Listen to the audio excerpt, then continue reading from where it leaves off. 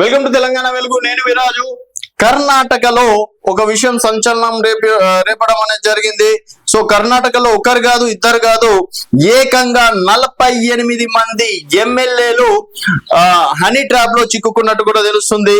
So honey trap లో ఇరుక్కున్న 48 మంది కర్ణాటక ఎమ్మెల్యేలు, దీనిపైన అంటే దీంట్లో కొంతమంది మంత్రులు కూడా ఉన్నట్టు కూడా సమాచారం.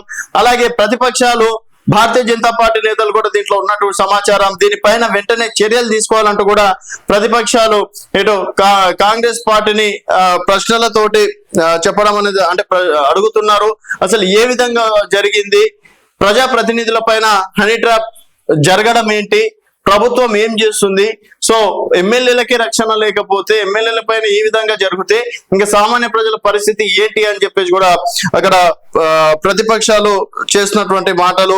అలాగే జాతీయ స్థాయి నేతలు సహా మంత్రులు, ఎమ్మెల్యేలు మొత్తం 48 మంది రాజకీయ నాయకులు హనీ ట్రాప్ లో ఉచ్చులో పడ్డారని అసెంబ్లీలో వ్యాఖ్యలు చేసిన సహకార శాఖ మంత్రి కేఎన్ రాజన్న, అలాగే 48 మంది నాయకులు అసభ్య వీడియోలు, సీడీలు, పెన్ డ్రైవ్ లో ఉన్నాయని, ఇందులో అధికార విపక్ష పార్టీ సభ్యులు ఉన్నారని తెలిపిన మంత్రి, అలాగే దీనిపై హోంశాఖకు ఫిర్యాదు చేశానని, దీని వెనుక ఎవరున్నారనే విషయం ప్రజలకు కూడా తెలియాలని స్పష్టం చేసిన మంత్రి రాజన్న, ఒక మంత్రిపై 2 సార్లు హనీ ట్రాప్ యత్నం జరిగిందని, ఇది కొత్త కాదని, రాజకీయ ప్రయోజనాల కోసం కొంతమంది వీటిని వాడుకుంటున్నారని తెలిపిన మంత్రి సతీష్ జారీహోలీ.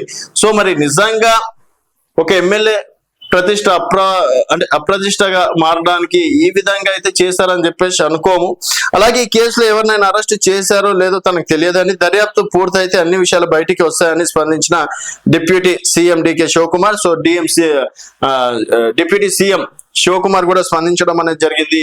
సో ఒకరు ఇద్దరు అయితే ఏమో అనుకోవచ్చు, కానీ ఒకటేసారి 48 మంది చిక్కుకోవడాన్ని, అందులో కూడా కేంద్రంలో ఉన్నటువంటి కొంతమంది ప్రముఖులు, అలాగే ఇక్కడ మంత్రులు, ఎమ్మెల్యేలు 48 మంది 48 మంది పైన హనీ ట్రాప్ జరుగుతుంటే రక్షణ హోంశాఖ ఏం చేస్తుంది, అలాగే రాష్ట్రంలో ఉన్నటువంటి పోలీస్ పనితీరు కావచ్చు, అక్కడ ఉన్నటువంటి హోంశాఖ కూడా ఏం చేస్తుందో అని చెప్పేసి కూడా బీజేపీ నేతలు చెప్తున్నటువంటి మాట. మరి ఇది ఎంత తొందరగా క్లోజ్ చేసి ఇంకోసారి ఈ విధంగా జరగకుండా ఉండేందుకు చర్యలు చేపట్టాలని చెప్పేసి కూడా భావించడం అనేది జరుగుతుంది. మరి దీనిపైన కర్ణాటక ప్రభుత్వం ఏం చెప్తుందో వేచి చూడాల్సిన విషయం. చూస్తూనే ఉండండి తెలంగాణ వెలుగు.